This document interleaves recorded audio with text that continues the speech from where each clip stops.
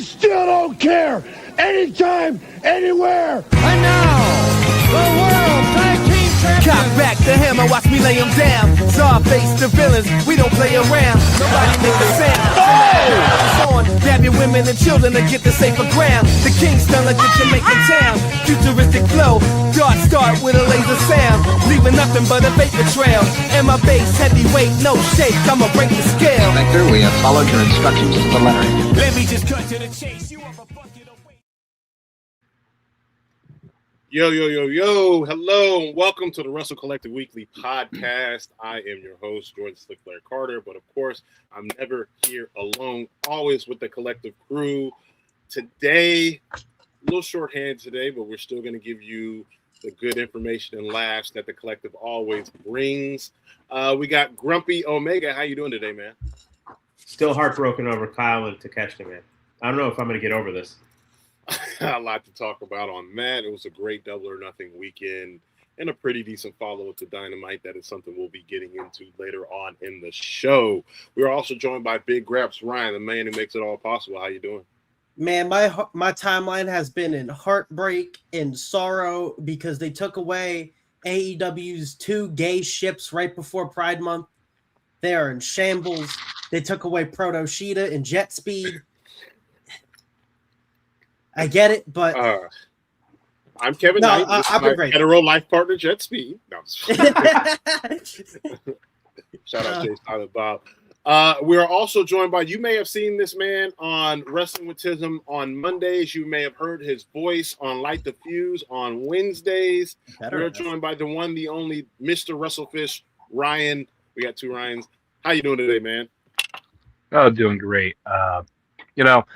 I knew this day would come when I'd finally get screen time on the main card, make our main roster debut finally.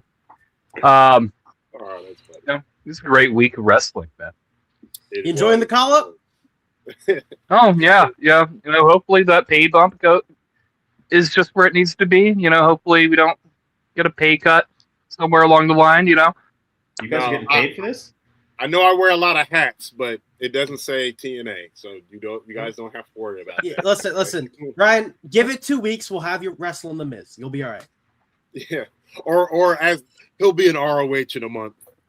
That's what they love to say. Hold on, man. Hold on. I gotta pause. What's that fancy drink that you're drinking, brother? You got a whole garnish on your drink and shit? Hey, man. Hey, for the sake of the fact that we are live, I'm just gonna say this is Coke Zero with a lime. I'm watching my girlish figure.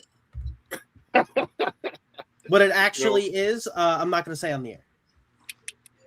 A fun juice. There we go. Yeah, fun drink. Well, we want to thank each and every one of you for tuning in every week as you do.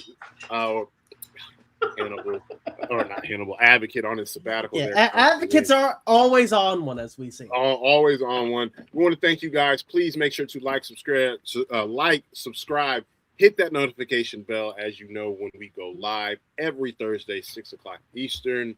And of course, you'll see this gentleman there, Mr. WrestleFish, live every Monday, 5:30. Yeah, 5:30. 5:30. Yes.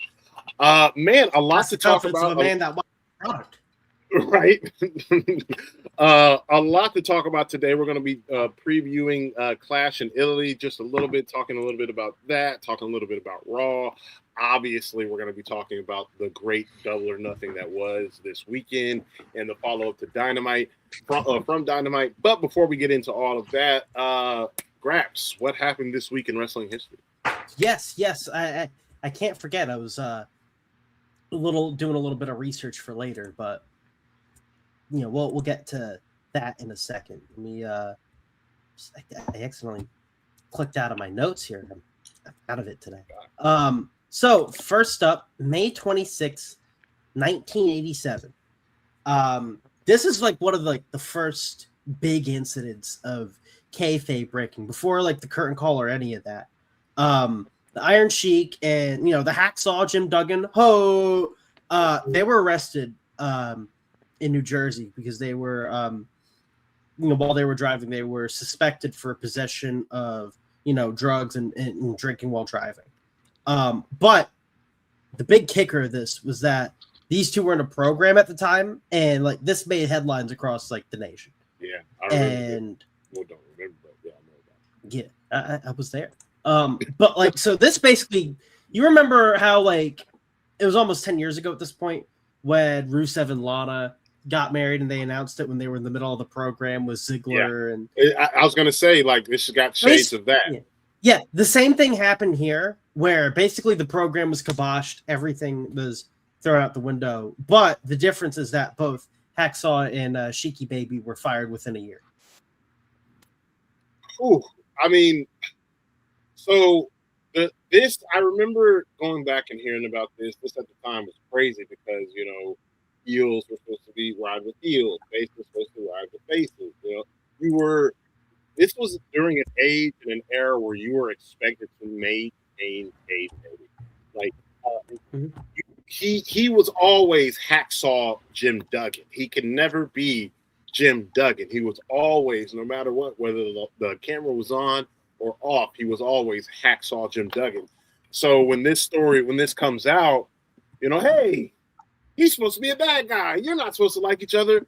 I can only imagine what that did for people who still watch today, and for the kids who are watching then. Because again, you know, as children, we think this is real. We're grasping onto this.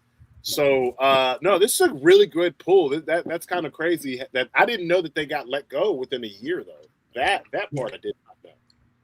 Yeah, they told this story on the Iron Sheik documentary, which is a great movie, by the way. Great documentary movie. You should check it out if you haven't. Yeah, no, it was. This was definitely, you know, one to remember. Next up, you're gonna have to tell me what controlled substances they had, because I'm just wondering. I'm just curious. You'll tell me privately, because it was wrestlers in no, it can't be. It was wrestlers in the 80s. They had.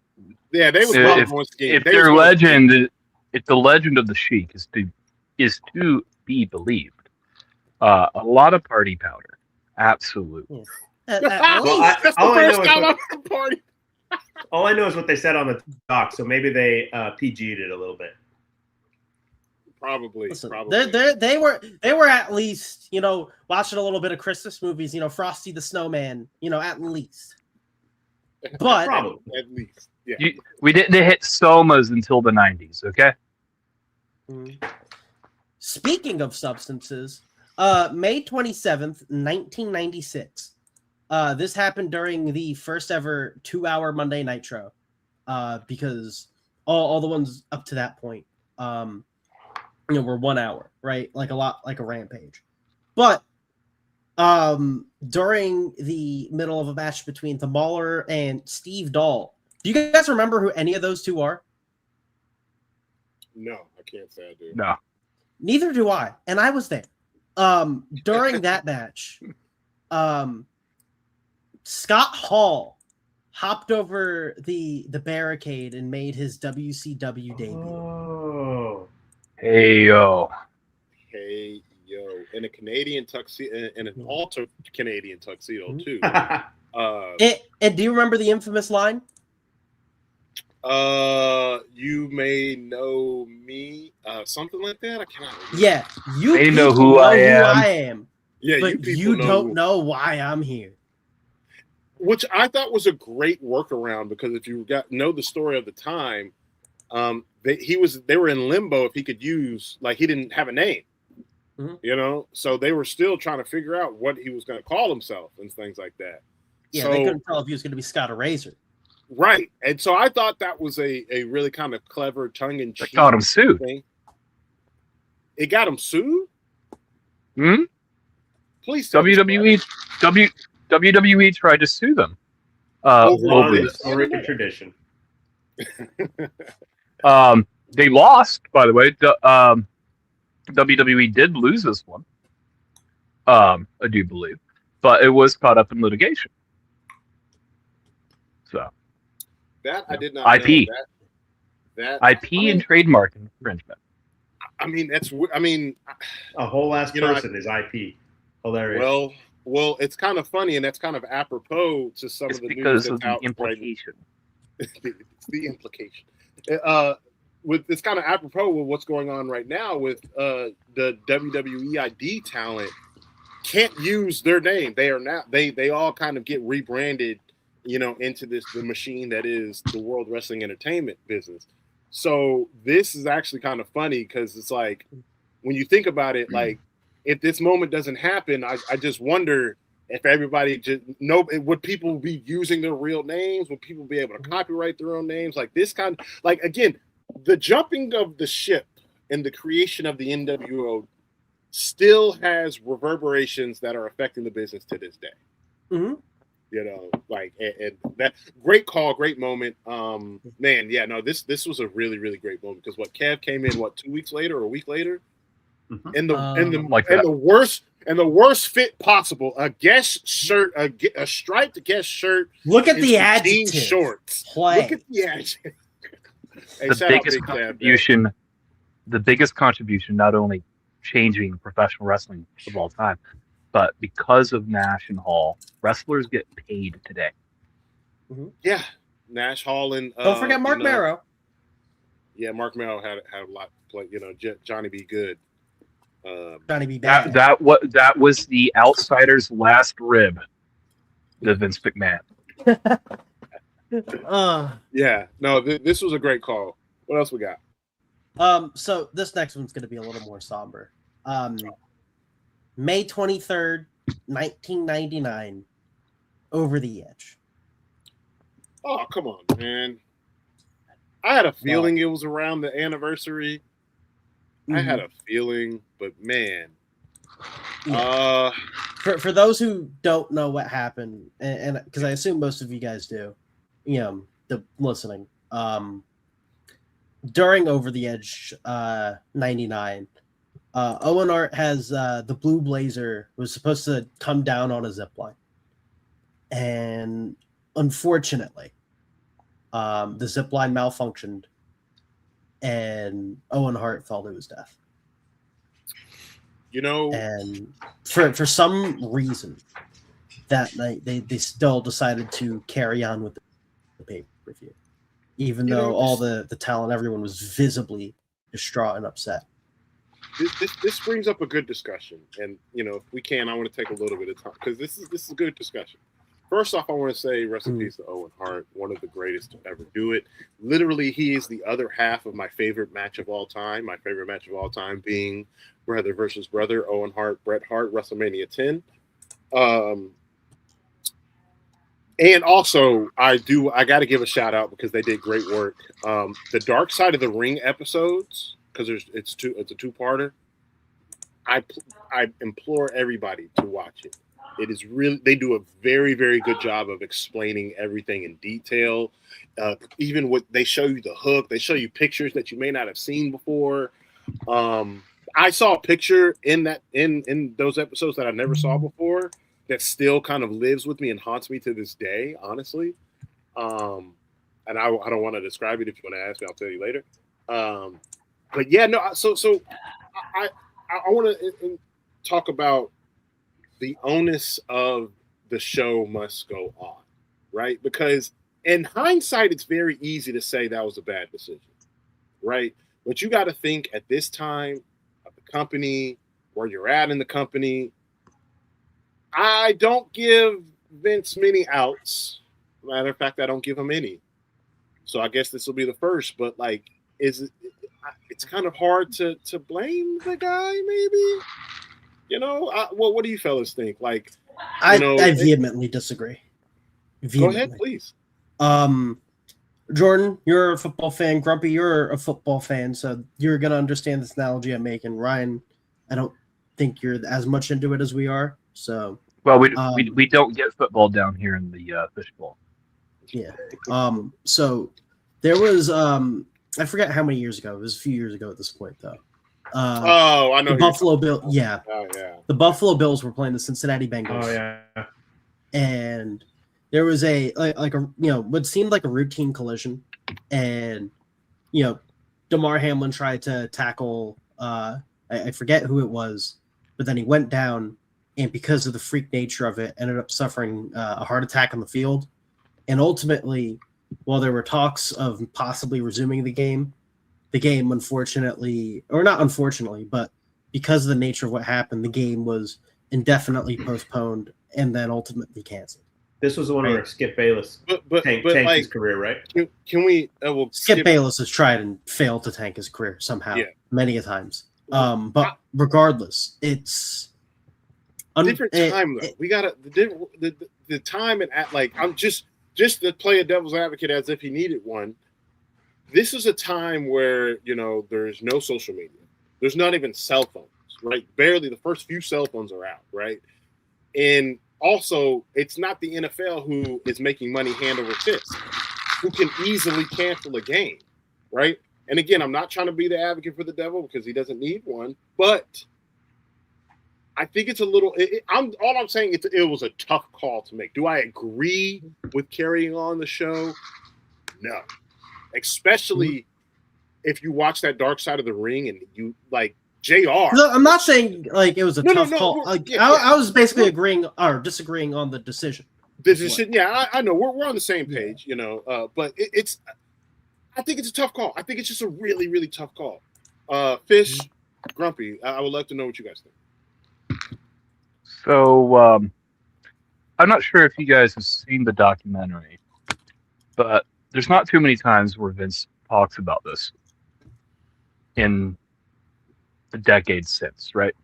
There's a small handful, but in his most recent telling of the story, he uses the excuse that we were in a blackout and you can't see anything in the arena. You've been to a wrestling show.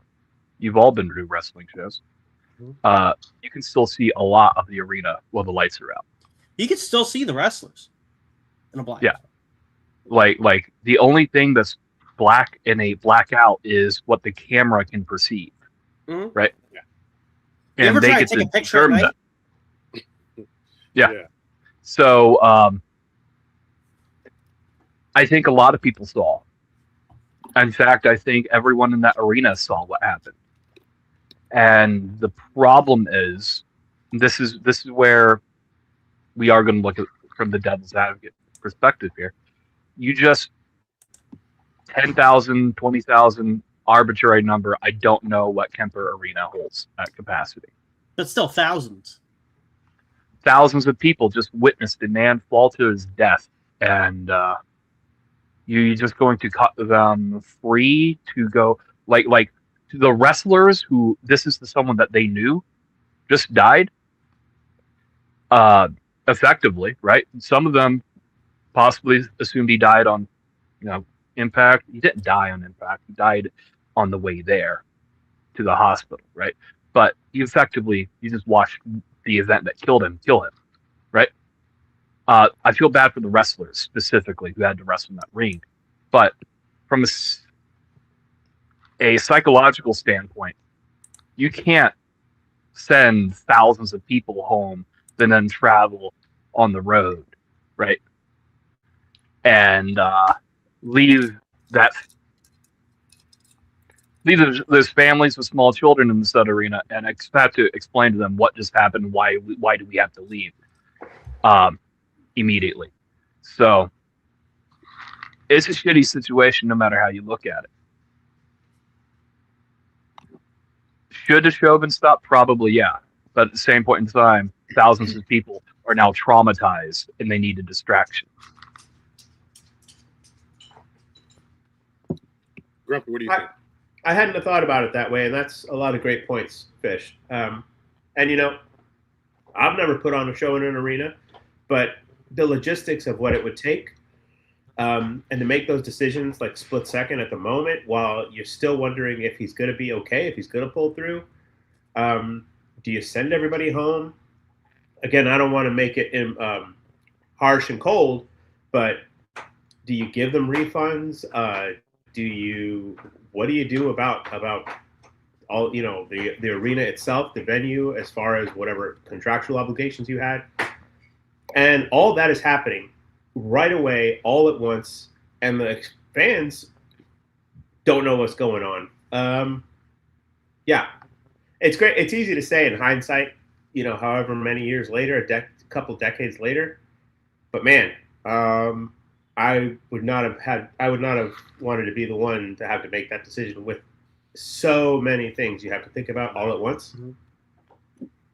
This was I got up publicly because I did it privately. Man, Grabs, this was a great call on pulling this up. This gave us something to talk about because it's a tough call. Wrestling. Who would like to be in that position? But I think at the end we just want to say here for the WrestleCollective, all of us, it's a good rest in peace to Owen Hart. I think everybody as a wrestling fan, you owe it to yourself to watch some Owen Hart tapes. If you're not going to watch a match, watch a promo. He was a great promo. He was hilarious. Enough is enough, and it's time for a change. He was hilarious. The only white member of the Nation of Domination. You know what I mean? Full time too. Full stop. He wasn't just a joke Sami Zayn add on to the bloodline. No. He brought the plates. Sometimes it's all you need. How are we gonna eat this cookout? Exactly. Plates are important. Somebody got to bring the plates. And he brought good plates. He didn't bring those like flimsy ass like. No, he brought the Dixie plates. The ones you can put in the microwave. Yeah. Oh man. But I think the great thing, like looking back now, is we're able to celebrate him, especially like with the Owen Hart tournament. It's a great call. I was just about to take the words out of my mouth. Yes, I think that is I love that we're able to celebrate him, and there is something to celebrate because there are some people in wrestling that don't deserve celebration. So I'm glad that Owen is one of those people that we can celebrate. I just wish I could have gave him his flowers while he could still smell them. I mean, because like I said, he's damn near my favorite wrestler, guys. I'm gonna be honest with you. Like I said, he's fucking great. Like, if your TikTok feed is like mine, I get a lot of clips of wrestlers in interviews talking about the ribs Owen would play, and dude, he's hilarious. They're hilarious. They're hilarious stories. Yeah. I that's why I love Owen. I'm sorry to make this the Owen hour, but like that's why I love Owen. He not the person in the ring. It's all of the stories outside of the ring that I love him for. His daughter and his son, how they talk about him. His wife, I could talk about Owen all day, but unfortunately, I cannot. Maybe we'll do a podcast dedicated to to Owen's career. Or maybe there's going to be a TikTok video coming for the WrestleCollective called Heart of the Matter or something. That gives you, a little bit of lore on Mr. Owen Hart. Maybe that's coming up. But, I got to write that down. Yeah, honestly, I think that teaser. That's a teaser. You know what I mean? But man, a lot has happened in the world of wrestling over the past couple of days since we last reconvened. We had Double or Nothing. That was a fantastic show. We had Saturday Main Event. It was a show. And now we're looking forward to, we have a Clash in Italy on Sunday. We got this fallout from Double or Nothing from last night. Raw was pretty decent, so I want to start there with Raw and some of the looking forward into Clash in Italy. I just want to start off with the easy one. I think this is a better card than Backlash. I think this is a better card than obviously Saturday Night's Main Event, and I think it's for a reason. They're going international. Hell, I saw a report that I don't know how true it was, but they may pull out Santino. They might pull out Santino Marella. I saw that today.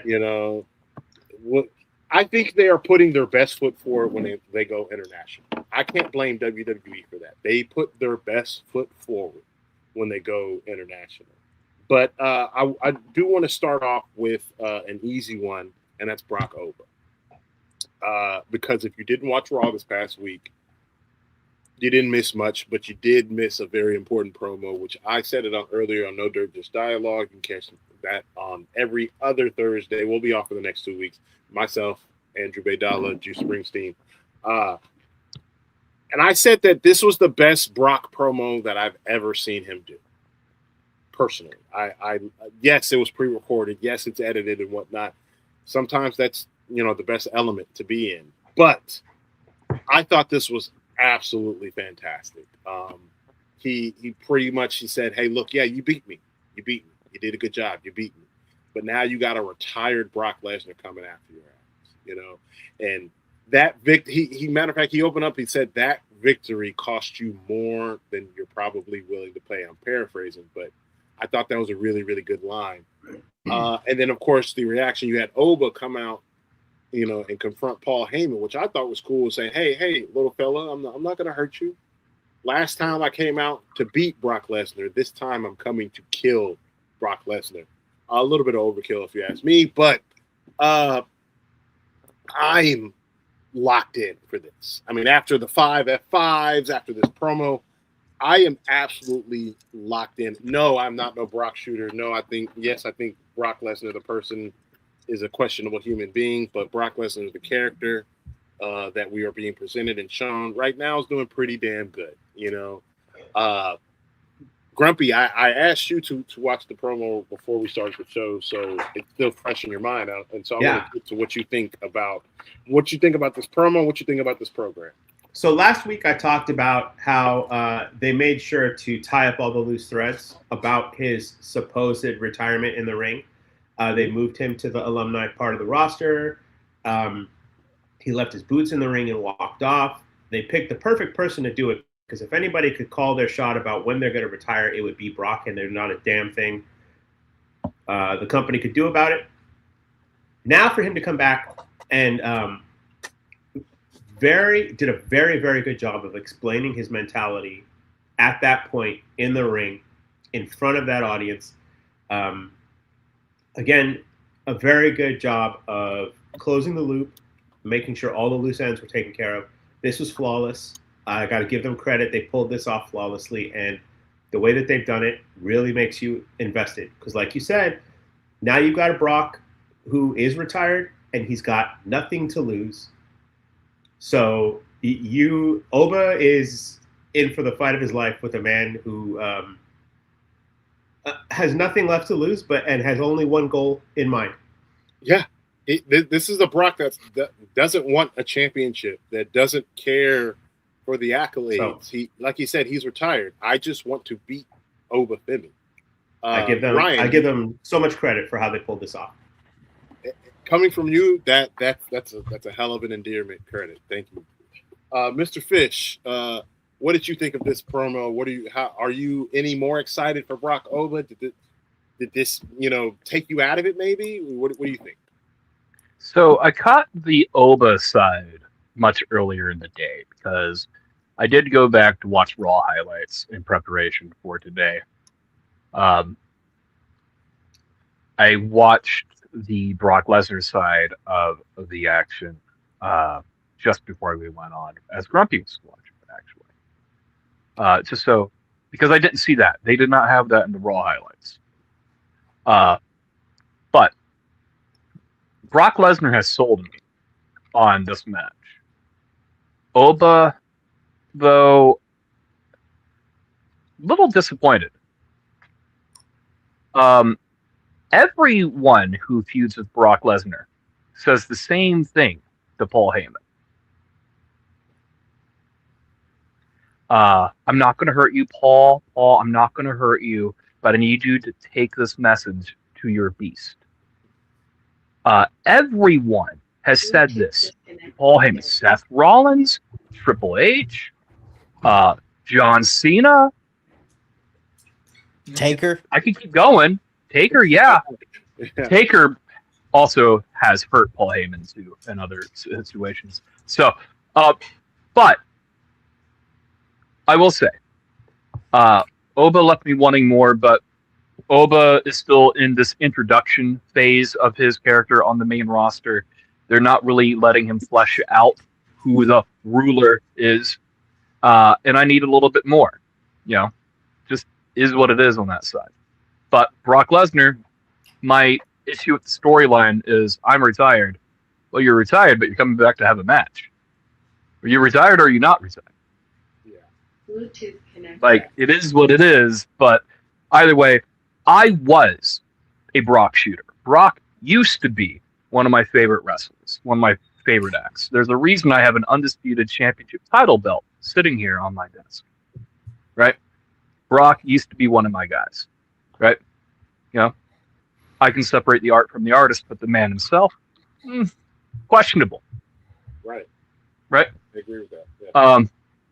So for what it is, I at least hope this last run, because we're all speculating that Brock retires at SummerSlam this year. That at least it's entertaining. Right. At least go out with a bang. You know, give us. And if you're gonna make Obafemi in the process, make Obafemi. Brock retiring at Mania would have been cool. Obafemi's made. Now, Brock's gonna go over probably, but just what if 3-0? You know, because that's an idea that we teased with, and I think you know, the not Fish is having some connection issues there, so we're gonna wait on him. But yeah, You back? I'm interested. Yeah, you're good. You're good. I'm interested in that. Like, yeah, what if Oba just steamrolls him again? You know, what if what if all that fire that Brock got just isn't enough? That's a very good thread. I never thought about that. And that, honestly, that's kind of a cool way to go out, right? That, hey, look, I just don't got it. You know, like that. There's a new beast in town. Yeah, I just don't got it no more. And yeah, there's a new beast in town. There's a new monster. They thought it was Braun Strowman. It wasn't, you know. And now it's still, to me, I love Braun, but that's a very good story thread. So I'm gonna bookmark that, because that's something that I can see them pulling off and doing. But Mr. Notfish, we got you back now. What did you think of the Brock promo and in this program as a whole? A morally questionable man who's retired, but he's not retired, but he's retired, but he's not. Brett Favre, is that you? I'm not a football guy, but I got that joke. Well, jokes aside, I wasn't as much of a fan of it as you guys, and it's not even on Brock. I've never been a fan of the pre-tapes with all like the production sound effects and like the zooms. Like, that's not really my style. So I'll say that. There's been work that Brock has put out like promo wise during like his program with Roman that I've enjoyed more, because it felt more authentic and it felt more like, you know, he meant what he was saying as opposed to like reading from a script. The Oba part of it, right, to Ryan's point, I don't think that's necessarily on Oba. I think that's just more of formulaic booking. I think the blame there more goes towards Triple H, the creative team, you know, etc. And speaking of that, I feel like this is a program that turned from one that was being booked towards the fans to being booked towards Unreal. I guarantee you, I would bet my life I would bet money I don't have on the fact that this Brock Lesnar retirement is going to show up in the next season of Unreal. I would guarantee it. You know how Charles Barkley would be like, guarantee. Yeah, that's what I would do. It felt like a moment that could have gone to elevate Oba into, hey, this, you know, people were interested at WrestleMania, let's do it again. I felt like this is one of those, like, I understand when you want to extend a program, you know, get a trilogy out of it, because this is probably where it's going. I've said it before. It's going to go to SummerSlam. Oba will retire him there. But I think this is just something that should have either stayed one and done or be more transparent about the fact that you're doing a trilogy in the first place. I wouldn't have done the Brock Lesnar retirement angle at Mania if you were going to run the trilogy. That's just me. You know, that's interesting, you know, because it's a point that I brought up earlier in No Dirt that, you know, boy crying wolf, how many fake retirements have we had? You know, we've had quite a few. It's not up to Terry Funk numbers, but it's getting a little closer. It's getting a little close of, you know, because the next retirement, is it going to be an angle or a story? So you've got a very good point. You've got, you know, is it real? Is it because we've also said how many times, right? Like the retirement diminished Oba's moment at Mania. Because he's back. Because that moment should have been about Brock beat Oba or Oba beat Brock. Oh my God. They're actually going to push the man to the moon. They're actually going to strap the rocket behind him. And then your focus is diverted in an instant to see Brock take off his gloves and his boots. The reason why I disagree, I can see what you're meaning. You're not wrong in your logic, but I just disagree because it was the shock. It felt like he only retired because he lost, and I still give it to Oba because Brock hasn't been beaten like that. So of course, when he gets beat like that, oh shit, fuck this, I'm done. Right? So if you're gonna do that angle, do it the next night on Raw. Let Oba have the moment. And because then, right, if you're gonna book for Unreal, do it on Raw. Let him have his moment for the day. Because it was a day. It was it would have been a day, at least, as opposed to like 2 minutes. But another match that we're going to be having for Clash in Italy that I want to break down and talk about is Rhea and Jade Cargill. First, before we even get to that, how do you guys feel about Jade Cargill right now? She's all right.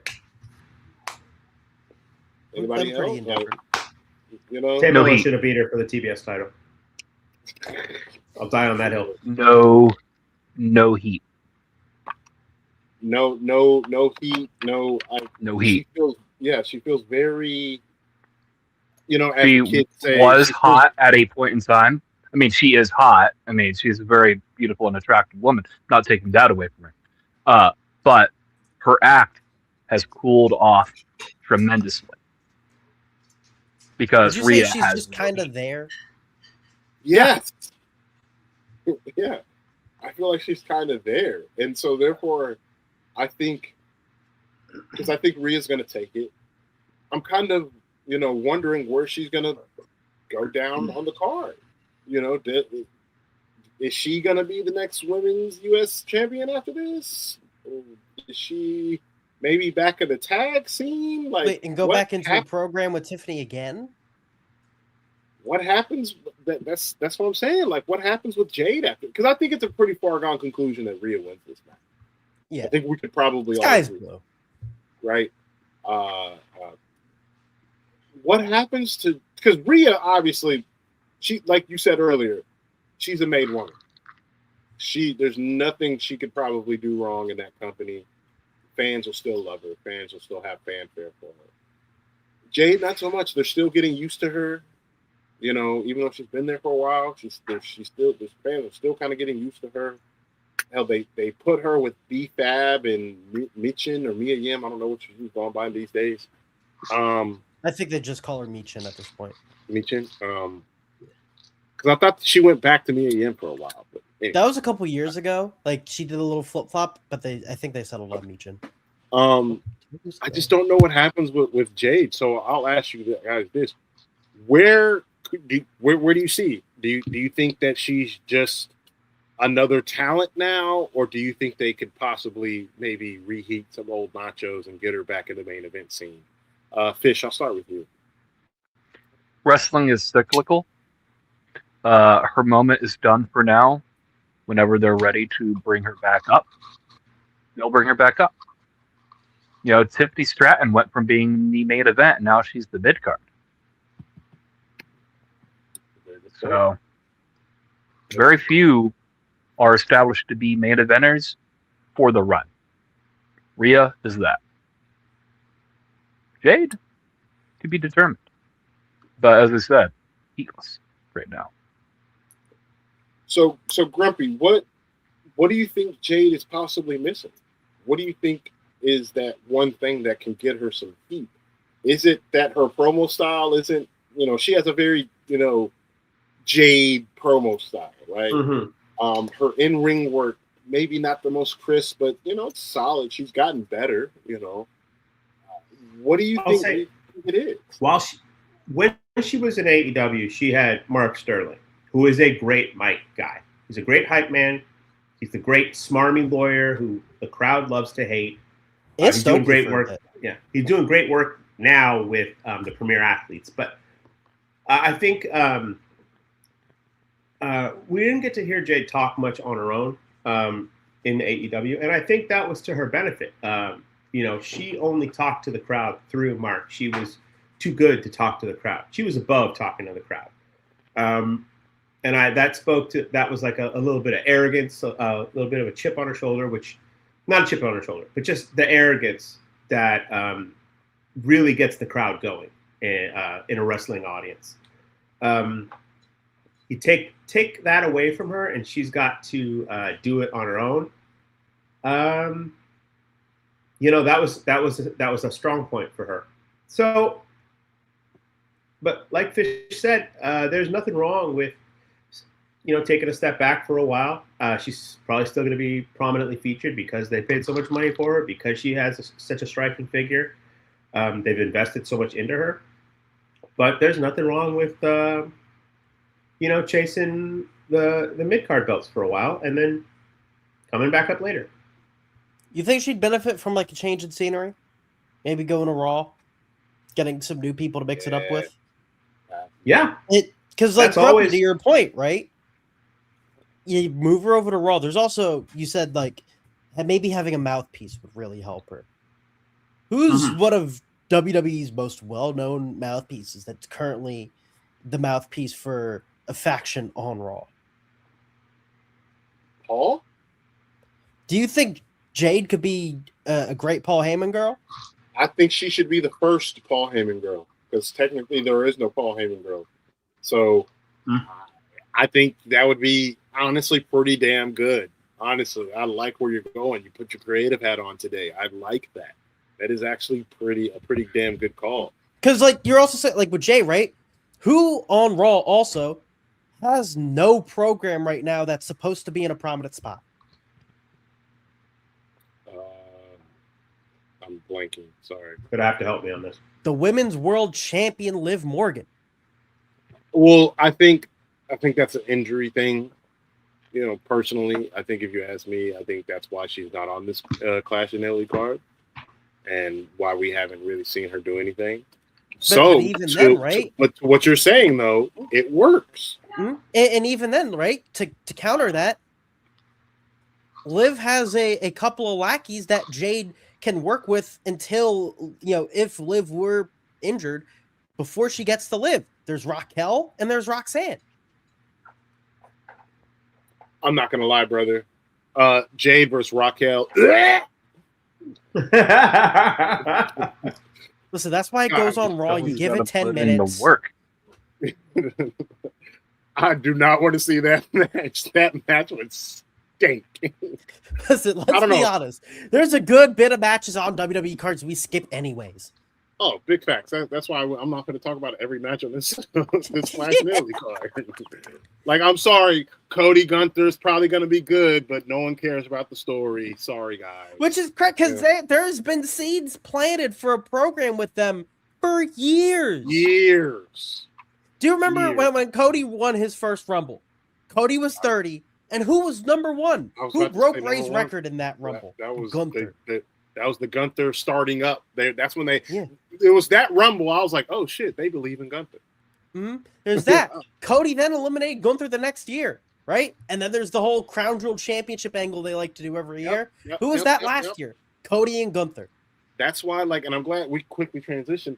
Talk about it just real quick. That's why I'm a little upset, because there is story here.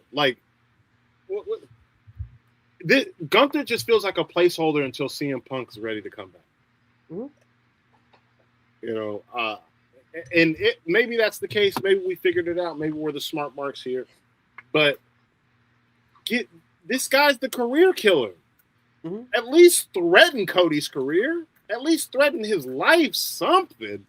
But you just I want the belt and I'm the next guy in line. That's what it is. I mean, who knows? Maybe they could tell a story in the match, right? Because as we know, stories aren't limited to mic work. They could also be told during the match. Who knows? Maybe he targets his neck or something.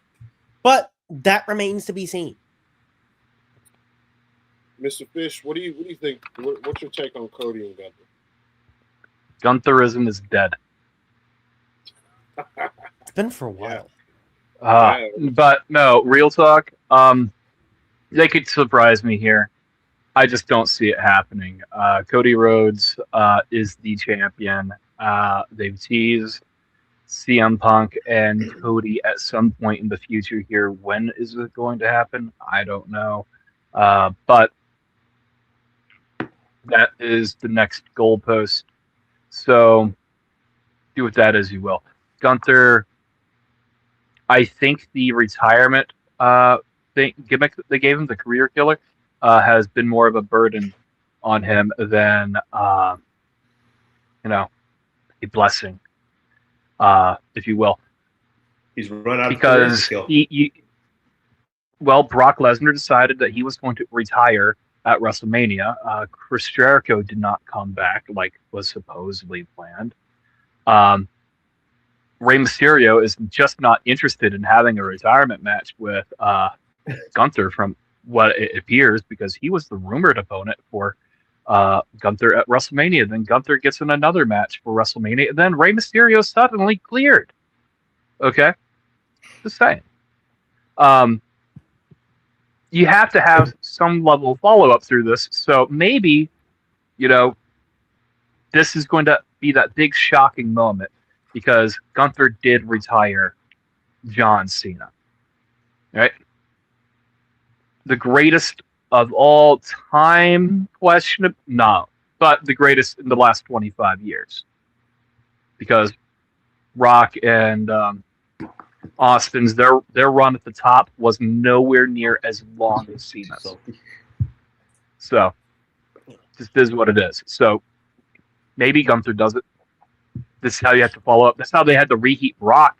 When Brock had to end the Undertaker's streak because they decided to pin him multiple times. Yeah. So, maybe this is where it happens. Possibly, but it's very, very, all very good points, gentlemen. And once again, just take this quick little break, pay the bills real quick, and say thank you guys for watching. Thank you guys for tuning in. Please make sure to like, subscribe, hit that notification bell. And if you go to the WrestleCollective Twitter page, you hit that link tree, you'll see we have a merch shop. We haven't been pushing the merch lately. Buy some t-shirts, guys. We have worked really hard on them. It looks we good. Love them, and they That's look the thing. great. They absolutely look we great. we wouldn't show this to you if we thought they looked bad. And we got more coming on the way. So once again, thank you for everybody tuning in right now. Again, share this. Show your mom, show your brother, show your dad who used to watch show wrestling. Your I kids. think Hulk Hogan's still kicking. Show your kids so they can pester you to buy the merchandise. There you go. Buy the apparel. Lastly, I want to talk on this Clash Anility, this tribal combat, right?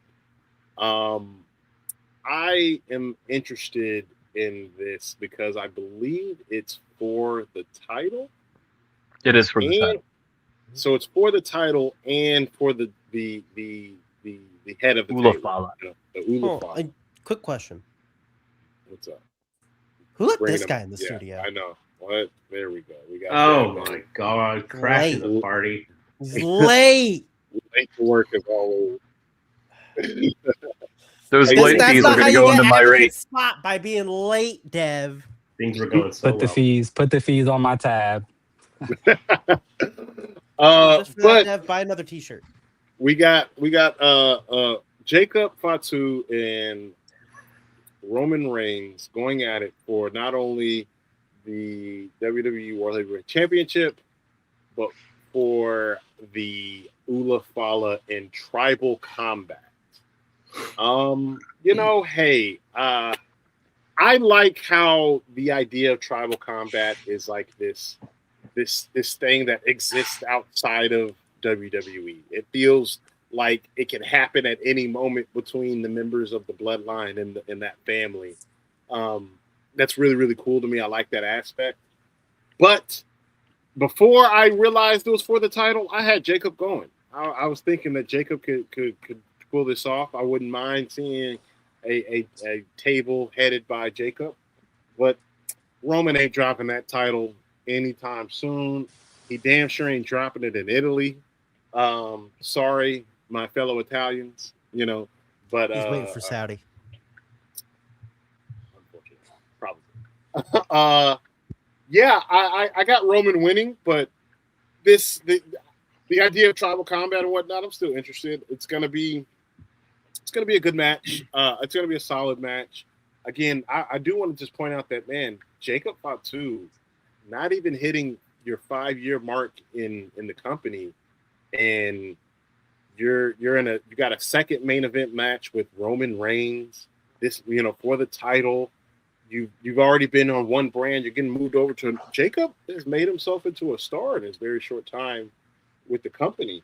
But you know what? I'm gonna put you on the spot since you're late to work. Dev, what do you think of Tribal Combat, and who do you got winning on Sunday?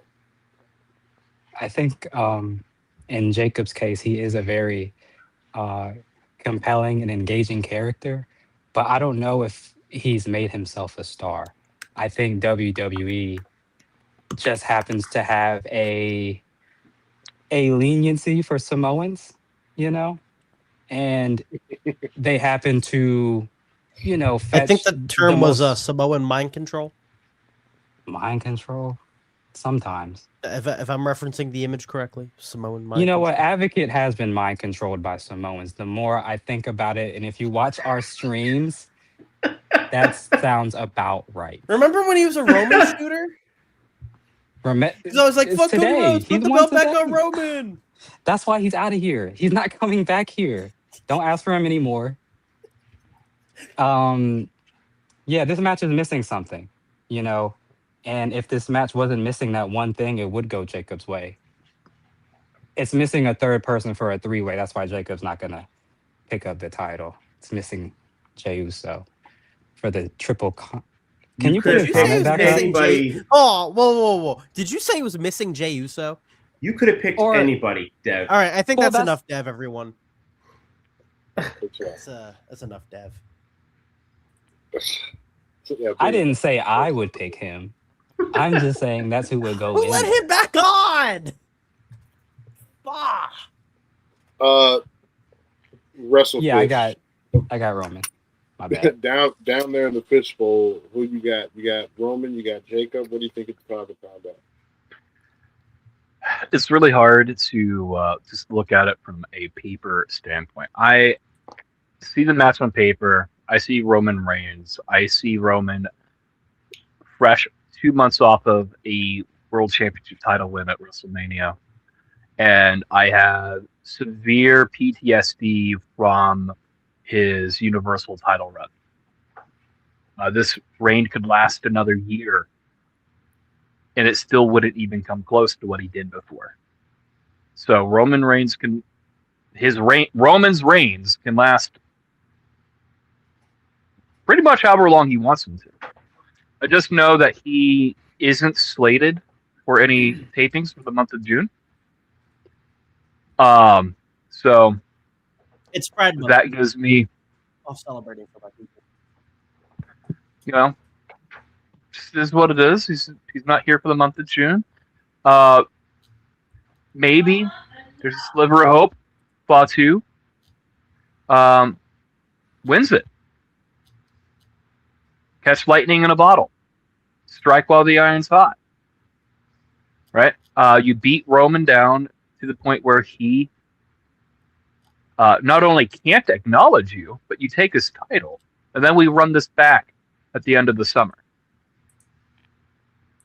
Get some money out of it. However, I did not think about this until earlier while watching No Dirt on Final Bell Media. Every so many weeks on Thursday. Gotta get the plugs out of the way. Thank you. But I did not think that this is just their way of reheating the Bloodline nachos to set up Roman versus Rock in Saudi. Rock has to be offered probably infinite money, an inconsequential amount of money that you cannot comprehend, right? Rock is in usually good shape. even a Fish. small version of Rock is Fish, in do you good think shape. The Rock would want to be a champion? Do you think he wants a title reign? I don't think he needs it, but we are establishing today's stars and at least the next few years' stars. And Roman versus Rock was always the plan. It just didn't happen when they wanted it to happen. You can't sit here and tell me I'm the head of the did table. you say I've that there's a Rock reign in the future, possibly? I'm asking if Dwayne Johnson wants. Do we think Dwayne Johnson? No. I don't know if that's not too. you, Dev. Dev, you're good. I was just asking Ryan. I still want to know what y'all think, though. A potential future with a Dwayne Johnson title? No, I did not say that. Okay. I said that we have. I said what I said was the Rock Roman match was always the plan throughout the bloodline. All right. And we finally get to that point where we're finally going to deliver it to you. And no, we're going to do Cody instead. 4 years of build to get to Rock Roman. It was teased every year in the IWC. Speculated, when's The Rock going to come in? When's Rock going to come in? Didn't happen. Until we finally get 4 years deep in, we start telling the story. Final Boss isn't done yet. And this could be a WrestleMania story.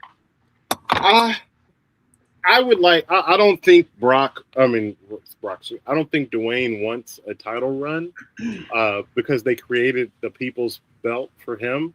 I think he just, I think he wants to be on the same level. If he's going to be up there with Roman, who's got a belt around his shoulder, you damn right I'm going to have one over mine too.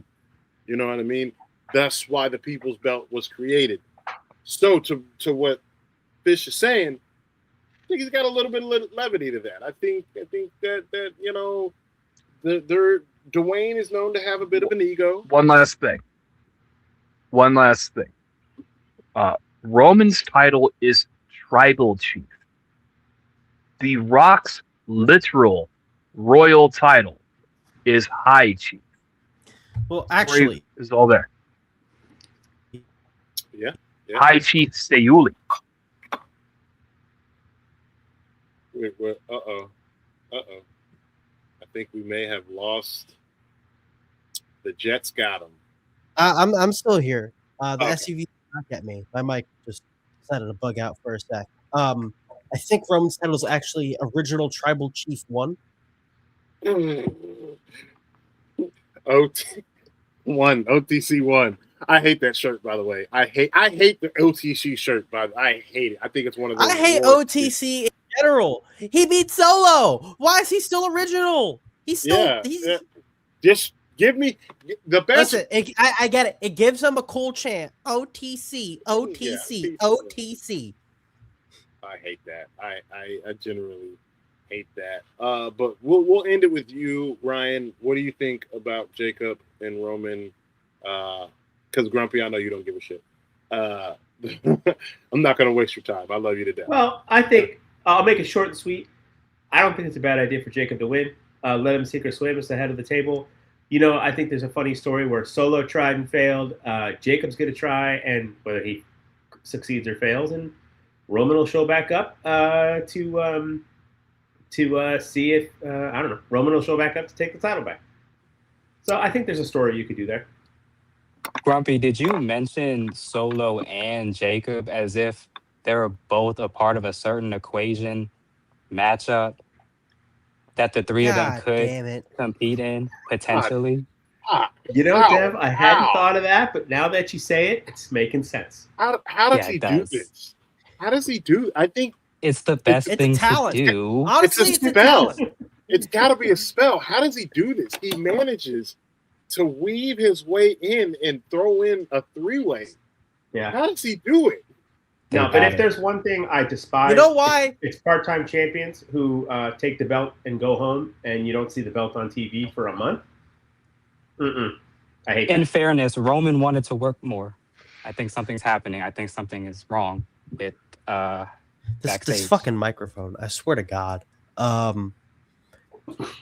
We good? Hear me? Right? Yes. Yeah. Yes. Oh, for some reason, I can't hear you, and I don't know why. I think it's the man bun. But I can still get my bit off. He can't hear even me. if I can't hear you guys. So, Dev, I know the reason you're doing this whole 3-way bit. It's because you decided one time, the first time you go on an illicit site, you happen to come across the first thing that pops up, and it's a 3-way, and it's stuck in your head forever since. You got me. For some reason, you forced this bit upon us. You got guilty. Now I'm gonna go try and hear you guys. Those early memories make an impression. What are you gonna do? Well, to move over to the alternative side of wrestling, man, Double or Nothing. It was everything that you could have wanted out of a wrestling product, out of a wrestling show. We don't have time to break down every single thing, so we're going to kind of hit some clip notes and highlights here. One thing I do want to just quickly pause on is we've seen it. We're all chronically online, whether you guys like to admit it or not. This kind of felt like, I brought it up earlier on No Dirt, this kind of felt like a tidal wave change. Like maybe the waves of the people are changing. I've seen a lot of people say, I can kind of hear you a little bit. All right, hold on. No worries. It kind of felt like, I've seen a lot of people say, hey, this is my first AEW show that I've watched, and man, I love it. I saw a lot of that. I did too. I saw it very often on the timeline. So yeah, give me your thoughts on do you think this is one of those tentpole events that changes the course of history for AEW? Grumpy, I'll start. What's funny is the perception that the bad WWE fans try to put out there and the reality. When you come at AEW in a disingenuous and dishonest way, yes, the AEW fan base gets defensive because of the power dynamic, the punching down dynamic. When you have someone who comes in an honest way and says, "Hey, I want to check this out. It's my first time," you go down the replies, and it's so overwhelmingly positive. Welcome. Hope you enjoy. You picked a great one to start with. So this perception versus reality, or the spin that certain people try to put out there, that it's the AEW fan base is the reason people can't get into the company. No, we don't want dishonest, disingenuous people who are just out with a vendetta because someone dared to challenge the WWE. There's a very big difference in the way you approach the fan base, how they will receive you. So you get more you get more. You track more bees with honey. You get more. Yeah, you track bees with. You track more bees with honey. Yes, I couldn't remember the. No, I get it. I know. Fish. What do you think? Was this a tentpole event for you? I had my $40 worth because we paid for the pay-per-view on Max. Within 2 matches, I could have shut the show off. 30 minutes. I could have shut the show off from there and said, this is one of the best pay-per-views I've seen all year. And then they proceeded to give me another 4 hours worth of content. Yeah. Right? Mm-hmm. Like, I think I saw where there are particular haters who have made their grift on just tearing down the AEW for a while. I'm not going to mention them specifically. I think you guys can pick up the hints. One of them can now just now legally buy alcohol. Yeah, that guy.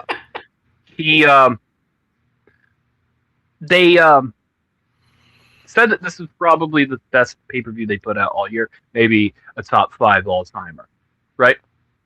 No one does pay-per-view like AEW. If you're premium live event, no company's premium wrestling compares to what AEW is putting on in the United States. No, absolutely not. I have to qualify that in the United States. That's fair. So, tentpole, the shift has been felt. See where this goes. Yeah, we'll see where it goes. Dev, because we got Jeff Ryan still figuring out his audio issues. So I'll go to you. No, I'm not. I'm good. You're good now? Okay. So, Dev, quick question. What? Fuck's your problem with the man bun? What? What? I didn't. Who talked about his man bun? Who said I'm anything? Team Dev on this. Buns? What? Dev, I got you back. Don't let them silence you, Dev. I like Cinnabon, which we'll get to here in a moment as well. Twisting the knife. But I just wanted to respond directly. I'm sorry. Let's get back on track, fellas. Dev, was this a tentpole event for you? Do you feel the winds changing for AEW after this event? Well, you guys and a few viewers saw that I was saying that I don't think wrestling was ever bad. I don't think it got bad. I think people's expectations tempered their preferences, as well as being disgusting people and disgusting trolls also tempered a lot of viewing experiences. I don't think wrestling ever got bad. I felt this shift personally at Revolution. I like Double or Nothing. I'm inclined to rewatch it because people keep saying it's the best of the year. But Revolution, I thought, was really on a different kind of time. You know, outside of the Swerve Bandito match, that is a crazy match. You know, that carried. I don't want to say Revolution hits different for me because you were there. You were there live, baby. Whatever. It was awesome. It was great. Shout out to Advocate, who's there with us too. Who?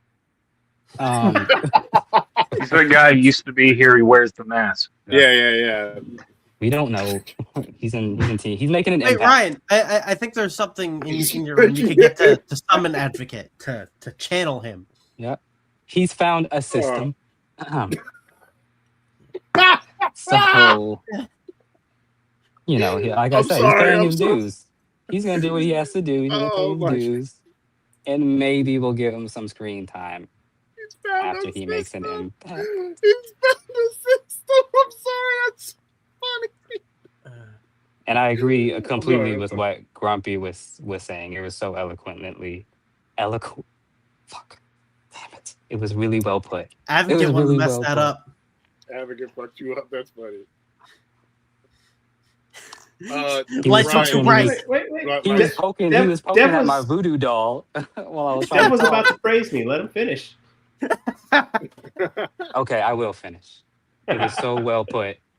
It was so well put to the point where I think that's the note you should end on. So your retirement segment will be great. Like I've been saying in the past prior episodes. Hashtag thank you, Grumpy, in the comments. Dev is the career killer of the collective. Wait, so are you going to waste him in a story in 6 months? Just not do anything with him? That's Advocate. Advocate does that. No, I thought you were tired, Advocate. Not yet. Did I? That's what you're saying? I said he's not coming back. You've got. I said he's not coming back here. You gotta make up your mind. Is he or is he not? He's not coming back here. He's making an impact elsewhere right now. Okay, guys. This feels like it's been going on for 7 minutes and 39 seconds. Oh, Christ. Okay, all right. That's a reference. Yep. That is the greatest intro. This show is landing in a field in Pennsylvania, ladies and gentlemen. Ryan, tell me, do you feel like the winds are changing for AEW after Double or Nothing? Yeah. I think the shift started a lot earlier. I think the big the first seeds of it were planted.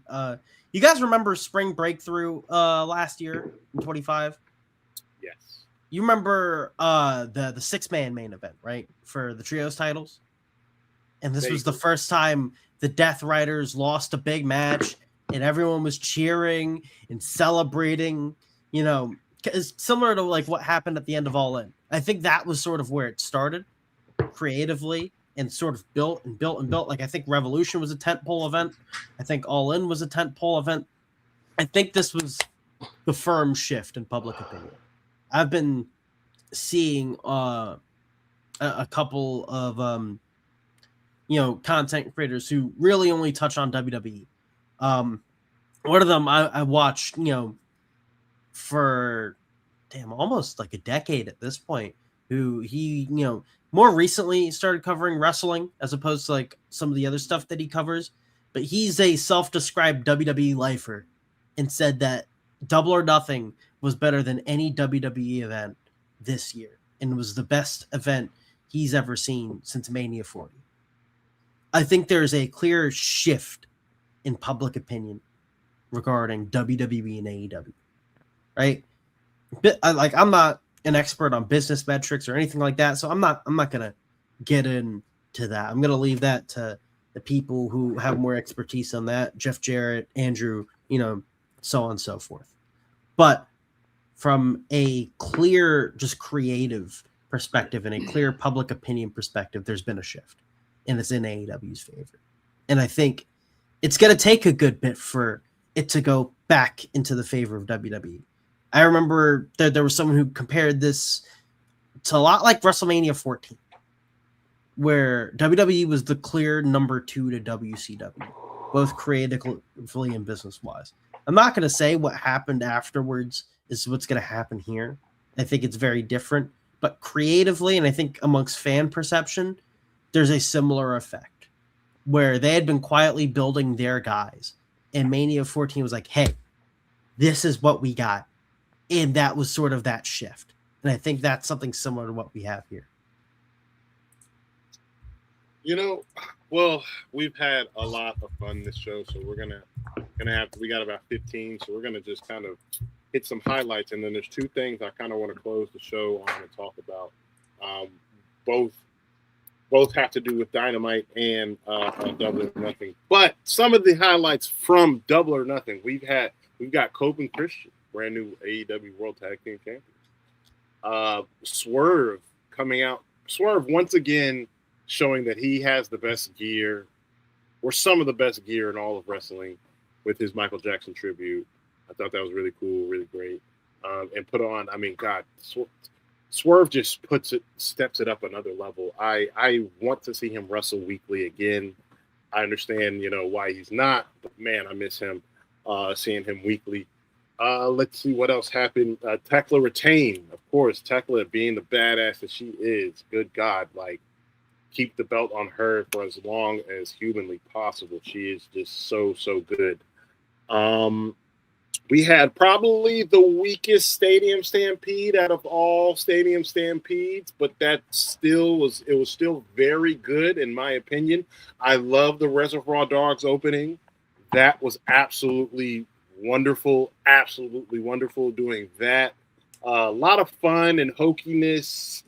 Again, this show was truly the Baskin Robbins of wrestling. Got a little bit of fun, get a little bit of antics. Oh, if you want your outside mainstream appeal, okay, hey, we got Big Boom, AJ and his dad, or his son rather, on the pre-show. Boom got color. Boom got color accidentally. You know what I mean? It was just a really. What is there? Any other match that I meant? Oh, we had Takeshita coming out on top, winning. That was a great one. We had John Moxley. Cajun Cope. I already mentioned that. We got Moxley coming out. That was kind of a foregone conclusion. But we are going to quickly talk about, before we get to the main event, what happened after the main event, which leads into Dynamite. We had one more shift. So we had Takeshita come win, retain. Not retain, excuse me. No, he won the belt. Yeah, he won the belt. And we had the return of Mr. Pink. That's another Reservoir Dogs reference. and Kyle Fletcher. And you're thinking, okay, all right, they're back to Proto Sheeta. And he broke y'all's hearts because I saw it coming. I knew Kyle was going to. Nah, it had me seesawing. I was like, oh, he's going to turn. Oh, they're not doing it? Oh, they're going to run Proto Sheet attacks against the D. Oh, there it is. There it is. I thought it was great. I love the turn. We knew Takeshita was going to be the babyface breakout from the Don Callis family. This was a great way to do it. I love the fact that Okada wasn't the one to do it because it still gives us another reason to maybe run that back one more time. It was just a good match, very good match, and a very good set. Honestly, though, about the match, I feel like they were in fourth gear. I feel like they didn't really turn it up the way those two gentlemen are known to turn it up. Maybe it was because I don't know. Maybe they didn't. I think they were being courteous to the rest of the people on the card. I'm going to be honest. I think they both were like, I still think it was great. No, it was a great match, but like, come on, that could have been a 6-star. They sort of saved it towards the end. They sort of saved that last gear, which makes sense, which is kind of what you want to do. What you want to do, I think those two being the consummate professionals are like, hey, look, let's not shit on the rest of the card. You know, let's kill it, but like, let's leave something for the fans to continue to sink their teeth into. But the turn itself, let's talk about that. Where do you think Takeshita go? Is he glom? Is he gonna go out on his own? Yeah, that part was interesting. Very interesting, right? Because the glom on Wednesday, if you didn't watch, the conglomeration came out and helped Takeshita. This is a very interesting because the conglomeration is down a member because Willow was hurt. So I know there's a lot that could happen, and I would love to see interactions between Takeshita and Orange Cassidy more often, just me personally. But the turn itself at Double or Nothing, Fish, I want to go to you first. What did you think of the match? What did you think of the turn?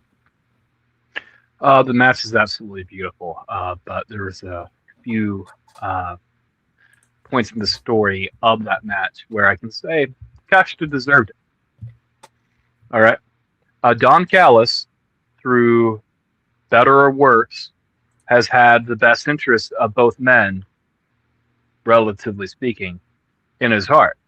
Okay, so there was a point in time where Okada is about to hit Takeshita with the Tombstone Pile Driver outside the ring. And Don, he was like, hey, what are you doing? Stop. Put him down. And Okada reluctantly lets go and puts him down, right? Only for Takeshita, moments later, to gain control of this fight and drop a brainbuster on the floor. There's a lot of story in this match, and that's just one of the many things in the match that brought it together for me. The turn of Fletcher, I don't think he's going back to the TNT Championship, obviously. But now we move him to the international title. There's this issue that AEW has too many championship title belts. And this is one of those advantages of having that many titles, so that when one person goes down with injury, you have something for them to do that doesn't necessarily immediately hinder what the shift was, right? So now that Takeshita is the international champion and Okada has been relieved of the title, Fletcher now gets to chase Takeshita. Now, is Takeshita going to glom or not? To be determined. But right now we need some backup. Some good TV. What you think, Brent? I want to point this out. I was making a post in the middle of Fletcher coming out. This post may look like a work. This was literally my thought process, and I'll hold it. I should have prepared it, but I'll hold it up to the camera. Where, okay, it's shitty, but it says, "Oh my God, thank God, Kyle Fletcher didn't turn on him. I was ... and then no, That's the point where Fletcher turned around and it looks like a work. That's literally my thought process while it happened. They got me. I wanted so bad for Kyle to stick up for his friend, for them to strike out on their own, for them to break away from Don. Intellectually, I understand how it happened. Emotionally, I was devastated. The thing that I love, and you touched on the conglomeration. First of all, the conglomeration is a hilarious concept. They are like the biggest polyamory family stable you could ever imagine, because they'll just take anybody who wants to join in on the fun. Come on in. Wait, we're having a party over here. The glom a polycule? Yes, I did, and I stand by it. The beauty of this, there's a layer to this. Kenny got booted out by Don, and he had to fight the Don Callis family alone. Ospreay got booted out by Don. He had to fight the whole Don Callis family alone. Takeshita gets booted out. He's learned from history. He immediately went out and got backup. It's not Takeshita versus the entire family now, and the family's been stronger than it's ever been before. It's not Takeshita versus the family. We got Mark Davis back. Jake Doyle. Jake Doyle. Yeah. Mark Davis. Yeah, oh my God. So Takeshita got some backup. Now it's the conglomeration versus the Don Callis family. You've immediately got all of the conglomeration doing something meaningful. The Don Callis family has a group to feud with. You saw on Dynamite where they abducted Orange Cassidy. Still remains to be seen where he is, if he's okay. We don't have any proof of life yet, but I'm remaining hopeful. So to me, what I saw was a deeper level of the story where Takeshita has learned from the mistakes of the people that he's helped put out. You know, he had a hand in putting out Ospreay. He helped Don form this newest version of the family. And what I think is going to happen next, and I've said this before, Andrade has said to Don directly into his face, I want the world title. Well, Don always favors Okada. And now Kyle's back. Don favors Kyle. I'm very curious to see how much longer Andrade is going to put up with Don's shit of always looking over him, always looking past him, always telling him, you know, hang on, I'll get to you. You wait your turn. Because Andrade gets more and more frustrated every time. So, you know, the Don Callis family, I love it so much. I'm fascinated by it every time, and I can't wait to see where it goes from here. Yeah. What did you think of the turn? I liked it. I expected it. Or I didn't expect it that much. I think it was the right thing to do. I would have preferred that. I liked Fletcher and Takeshita's dynamic. I wish they kind of stayed friends, but like a rivalry, you know, like a semi-healthy rivalry, I feel like could have been maintained, because the turning trope is overused, you know, across all industries to me. So I kind of wish they stayed friends, but I like it. Fletcher belongs with Don Callis, you know, the Balds. And I like Takeshita being a part of the Glom. That sounds fun. I didn't even really consider that before. So that's a good thing to feature. That you know, I thought that was great. Ryan, what did you think of? You know, you said you kind of felt it, and then you were seesawed. I seesawed in that moment. I think what's really interesting was how they followed up with it. Right, they had Kyle cut the promo on Collision, and then Takeshita was flanked by the conglomeration. It's a pairing I didn't expect, but it makes sense in story. I think the really interesting part is how they handle it with Forbidden Door coming up, because that feels like something where it's prime for New Japan involved. Prime for it. It feels like there's a big 6-man tag that you could do at that show. But I don't think that's something you have the conglomeration there for. Because in New Japan, as Takeshita has a 3 contracts, not a dual contract. You know, he has 3 because he's also part of DDT. He's a part of their main babyface unit, Hontai. And that feels something where it's prime for, Shota Umino and Yuya Uemura. Yuya got a great reaction last year at Forbidden Door. It's in San Jose. San Jose is very familiar with a lot of New Japan's roster, especially the strong guys. So I think, having that involvement would make a lot of sense. Maybe they do a 10-man.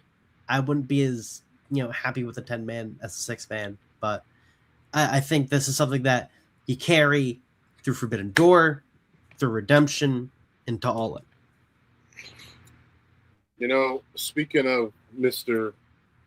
Darby All In, get it, Alan? All right, we'll just let that one. So the reign of Darby Allin is over.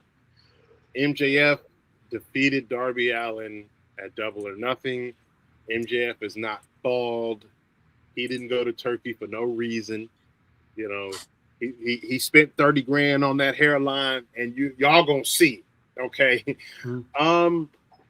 Especially when there's a little sweat and you see the difference. This is the real, this is the fake. This is Turkey. This is Big Hebrew. You know what I mean? It was a good match, good solid match. It was a by the books Darby Allin match, an MJF match. And if you've ever seen an MJF match, if you've ever seen a Darby Allin match, winning with the very simple avalanche pile driver, super simple. Basic tombstone, basic super tombstone. Basic super tombstone. Nothing special. But we had, who is now been going just the jet. Like, I love Kevin Knight comes out. You're thinking that he's going to console Darby, and he hit him with the frog splash. And everybody's at the end like, what, why? To follow up, he opened up this week's Dynamite, which I understand some people wanted MJF to open up the show, but I closed the pay-per-view. Why wouldn't I open this show? So I'll just go there. Kevin Knight opens up the show and explains himself. And I love this explanation. Darby, you let me down. You were supposed to, because people are forgetting that Kevin Knight also had a shot. Kevin Knight was also close to beating MJF. So he put all of his faith, he put all of that into Darby, and Darby let him down, and that's it right there. Mm-hmm. That's all it like. Have you ever been disappointed in somebody? You ever been just so disappointed that you're pissed off, that you're angry, that, hey, no, I am angry and I'm disappointed, right? That's the vibes that I'm getting from Kevin Knight. I love that the new Steve, like he walking different, he dressing different, he's addressing himself different. He's addressing himself as the Jet, not Kevin. Oh no, the Jet. You know what I'm saying? The Jet says, which I hope we don't do something like that, but I could see him doing it. But I like it, And then we had metrosexual Ellen DeGeneres come out. I mean, Speedball. I'm sorry, that coat was crazy. That coat was absolutely crazy. Now, I'm not a fan of double-breasted coats. I can't do it. Listen, Speedball knows Pride Month is coming up, and he was representing. I ain't mad at it. We love it over here. Listen, I'm mad at the coat. I ain't mad at him. As someone who gets celebrated, I'm going to say this. Speedball was doing his cosplay as a lesbian.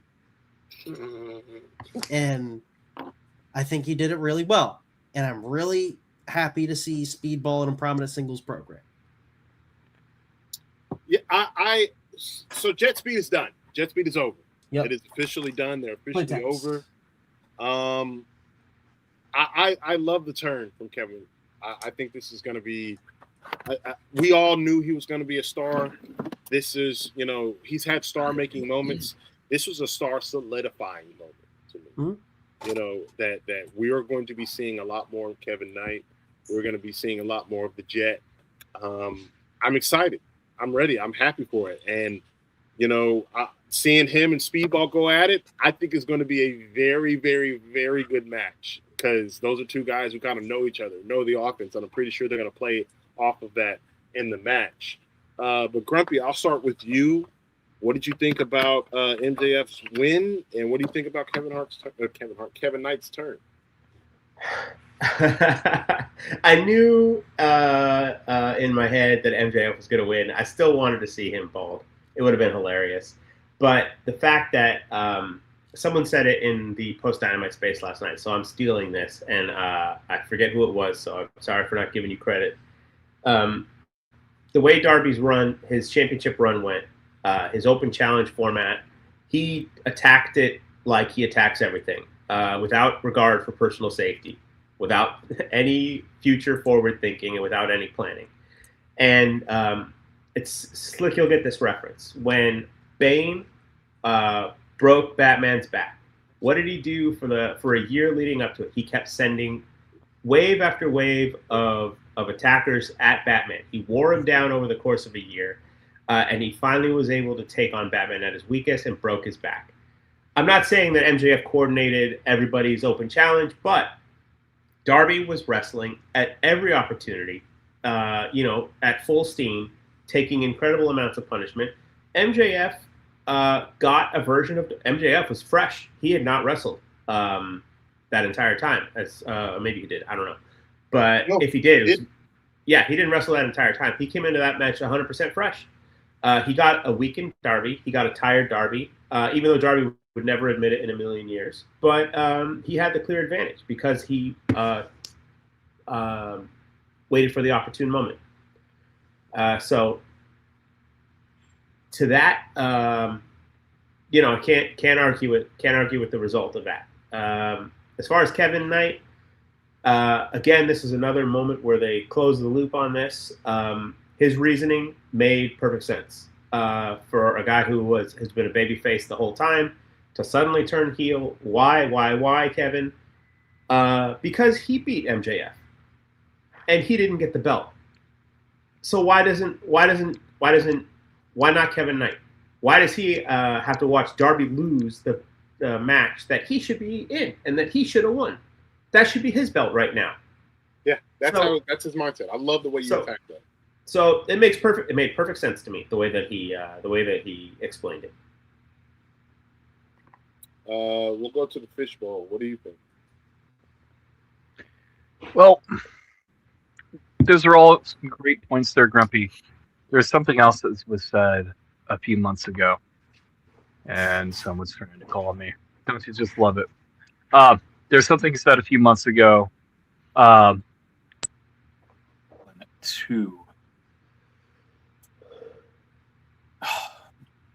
To Kevin Knight. If you want to walk with killers, you got to become a killer.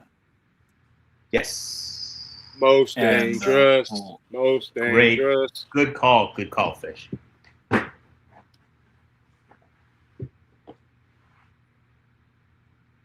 Uh-oh. I think we lost. Oh, no. This happens anytime someone tries to call. There he goes. We lost your mic for a minute. All right. Sorry about that. He was a little bit. Happens every time someone tries to call me. Hmm. But Swerve set this up months ago, and he's had some backstage interactions with Swerve already. He's walked past him in the back, and this is setting up maybe a new stable for Swerve.